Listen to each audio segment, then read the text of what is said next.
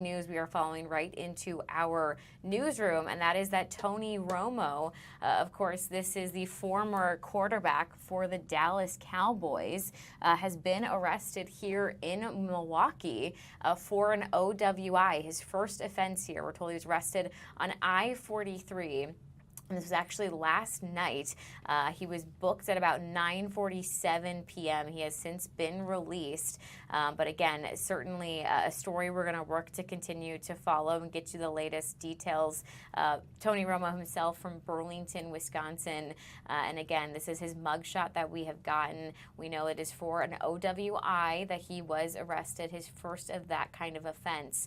But again, just into our newsroom, we're taking a look at his mugshot. So this is the former NFL star, that former quarterback for the Dallas Cowboys, arrested for an OWI. We're told again he was driving on I-43 right here in Milwaukee yesterday, booked after 9 p.m.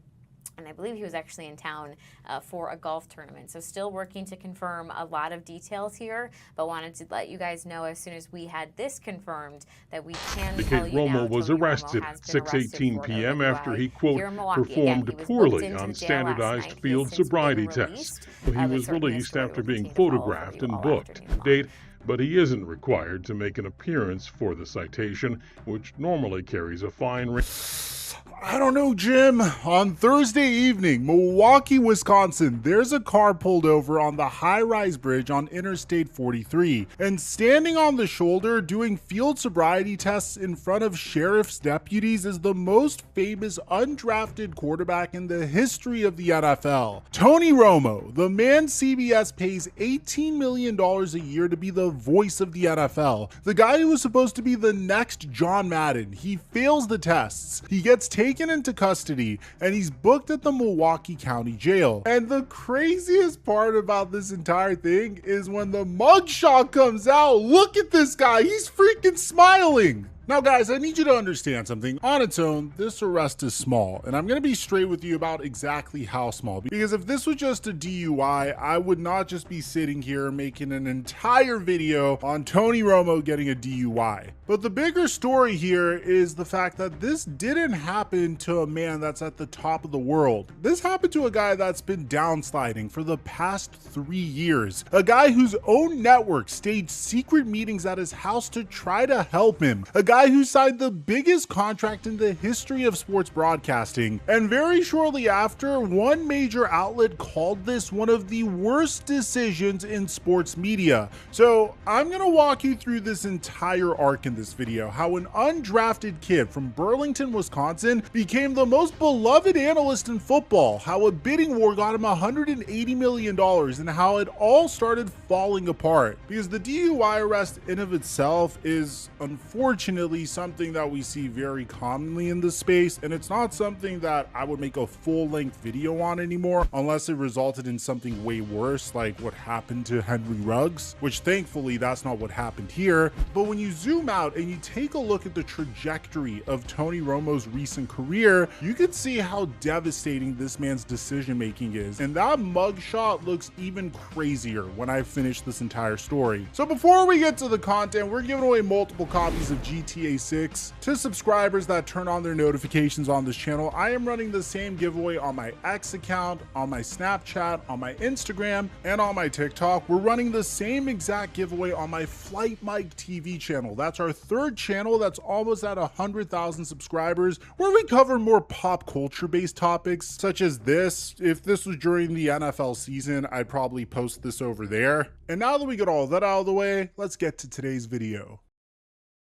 Mic check 1 2 1 2. What's going on, everybody? Let me give you the facts first, because you know me, I'll always do some deep research before going into the juicy part. On Thursday evening, July 23rd, Tony Romo was driving southbound on I-43 in Milwaukee. Deputies pull him over on the high-rise bridge. According to the arrest report obtained by Fox 6 Milwaukee, he performs poorly on standardized field sobriety tests. He gets taken into custody, gets booked, and gets released. His court date is on September 21st at 8:30 a.m. So why was he even in Wisconsin? Well, he was back home playing in the Wisconsin State Amateur Golf Championship, which wrapped up on Thursday. The man finishes a golf tournament in his home state and ends the night in the Milwaukee County Jail. So some details I'm going to give you guys. I do not want to exaggerate for the sake of making this story bigger than it is. The charge is a OWI, which is operating while intoxicated, his first offense. And in Wisconsin, and only in Wisconsin, a first offense OWI is not a crime. It's a civil citation. Wisconsin is literally the only state in America where they're this lenient on DUIs. The fine is somewhere between $150 and $300. This is also Tony Romo's first arrest of his entire life. So the man makes $18 million a year and he's getting fined $150 to $300. You can do the math on that. But this citation costs Tony Romo about 3.5 minutes of work. So it's basically a traffic ticket. So why are we here? Why am I making a video on this? Because guys, this is not a traffic stop story. This is a timing story. If this happens in 2019 when Romo's the golden boy of football broadcasting, it's a one-day story. People will crack a joke and everybody would move on. But it didn't happen in 2019. It happened in July of 2026 to a guy coming off of the most criticized season of his broadcasting life at a network that had no comment when reporters called Friday. There was no "we support Tony" or "no, we'll handle this internally." They were completely silent. And to understand why that silence is so loud, you have to understand how high this man was flying when he initially got started in this career. You see, Tony Romo should have never made it in the first place. He was a small town Wisconsin kid. He goes to Eastern Illinois, not Ohio State, not Alabama, but Eastern Illinois. He wins the Walter Payton Award in 2002 as the best offensive player in Division I AA. And then draft night comes and nobody calls. 7 rounds, 262 draft picks. Not one team says his name. He signs with the Dallas Cowboys as an undrafted free agent in 2003. He sits for 3 years, and then in the middle of the 2006 season, he takes over the biggest job in American sports, the starting quarterback of the Dallas Cowboys. And the kid can play. 4 Pro Bowls. To this day, he's still the Cowboys' all-time leader in touchdown passes with 248, over 34,000 passing yards. Yeah, the playoffs never really went his way. He only had 2 playoff wins in 14 seasons, and Cowboys fans still wake up in a cold sweat about that botched field goal hold in Seattle, or, you know,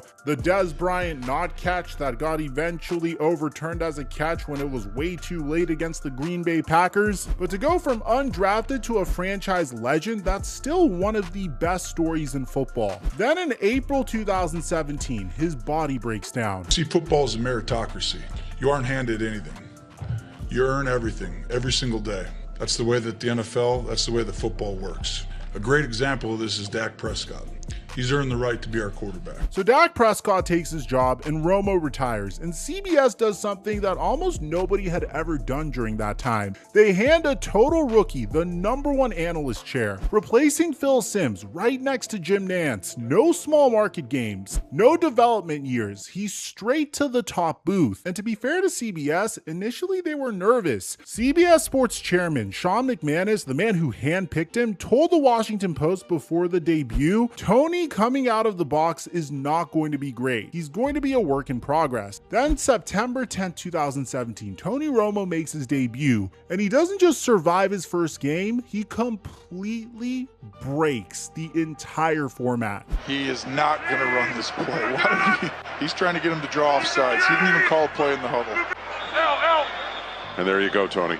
That gives you a shot for about a 30-yard play in the middle of the field if you want it. Winston's pass, complete and out of bounds. Hide in the pocket and make a big throw if you're Goff. Coming after him, stands in there and completes. The man is calling safety blitzes before the snap. He's reading audibles in real time. And at one point he tells Jim Nantz this. Jim, I got $5. This is a run to the left. I got to pay now as it's Henry. Twitter, which typically hates everything and everyone, fell in love on the spot. Jimmy Kimmel is praising him. Rich Eisen calls him energetic, knowledgeable, concise, and likable. They start calling him Romo Stradamus because the man is genuinely telling the future. Hell, there's even teams that are thinking about hiring him as their next head coach. Think about that for a second. It took Tony Romo 3 hours to become the most beloved analyst in football, and within 2 years, he'd have the leverage that no broadcaster had ever had. Because in 2020, his contract comes up and ESPN comes calling.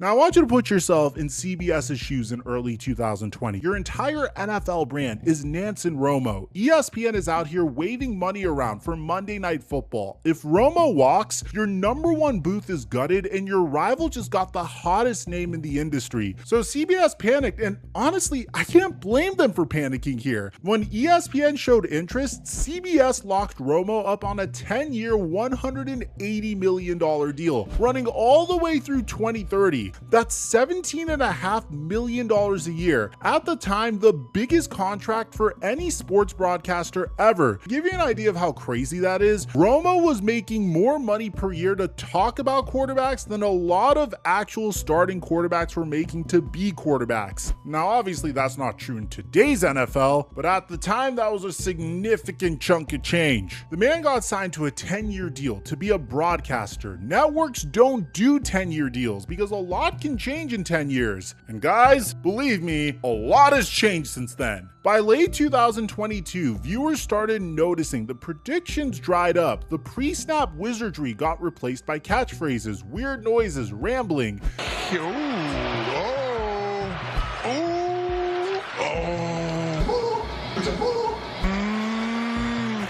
And then in February of 2023, Andrew Marchand dropped a bomb on his podcast, saying Tony Romo needs to study more. He needs to be better prepared. They tried an intervention last offseason, but it has not gotten better. An intervention! Marchand later added more details, saying this was separate visits to Tony Romo's house from CBS Sports chairman Sean McManus and lead NFL producer Jim Rickhoff, with tape review, dinner, and conversations about the broadcast. The chairman of the network flying out to your home to watch film of you talking. Isn't that absolutely insane? It's like Tony Romo was still playing quarterback for the Dallas Cowboys. CBS pushed back hard. A network spokeswoman called the intervention label a complete mischaracterization and said we meet regularly with our on-air talent. Okay, except McManus himself later admitted the meetings to discuss issues did happen. So the meetings were real. The tape review was real. The only argument was over what word they used to brand this meeting. And look, I get the argument that every network coaches its talent, but when your chairman is doing house calls 3 years into a 10-year deal where you're getting paid $180 million, that's not routine, guys. And the worst part of all is the criticism was supposed to die down after that, except it didn't die down. It only got louder. So let's fast forward to this past season, and Romo's decline stopped being a media insider conversation and became a national one. On November of 2025, during a huge AFC West game, there's a 10-yard penalty, and instead of explaining it, Romo starts doing character voices for both players, narrating a helmet grab like it's a cartoon. That helmet, give it. Hey, take your helmet off. Give it to me. Give it to me. Awful Announcing wrote that he'd fallen off from revolutionizing NFL broadcasting to performing bits during penalties. And that same outlet called his contract one of the worst decisions in sports media. That same month, Marchand said Nance and Romo were regressing as a duo, describing it as an uncle-nephew dynamic. Romo making jokes and references while Nance sits there confused going, yeah, okay, little Tony, we get it. And to his credit, Romo didn't hide from this. On Cousin Sal's podcast, he flat out said the criticism is not unwarranted. Yeah, it's not unwarranted. Maybe I should do those things. Maybe they're right in some ways. I want to do the best job for this game that you enjoy the most you possibly can. And if I'm making it not enjoyable, it's like, well, that's on me. I should do a better job with that. That's rare. Most guys in his chair would tell you that the haters don't watch film, that he played the game. Kind of like what this guy does. That's the non-player. Oh, stop. Don't belittle me like that. I could come in and say, as 3 ex-players are saying one thing and give an alternative perspective. He's somewhat of a brand ambassador. Yeah. This guy is athletic. He wore wristbands. Just very much like his attire was almost a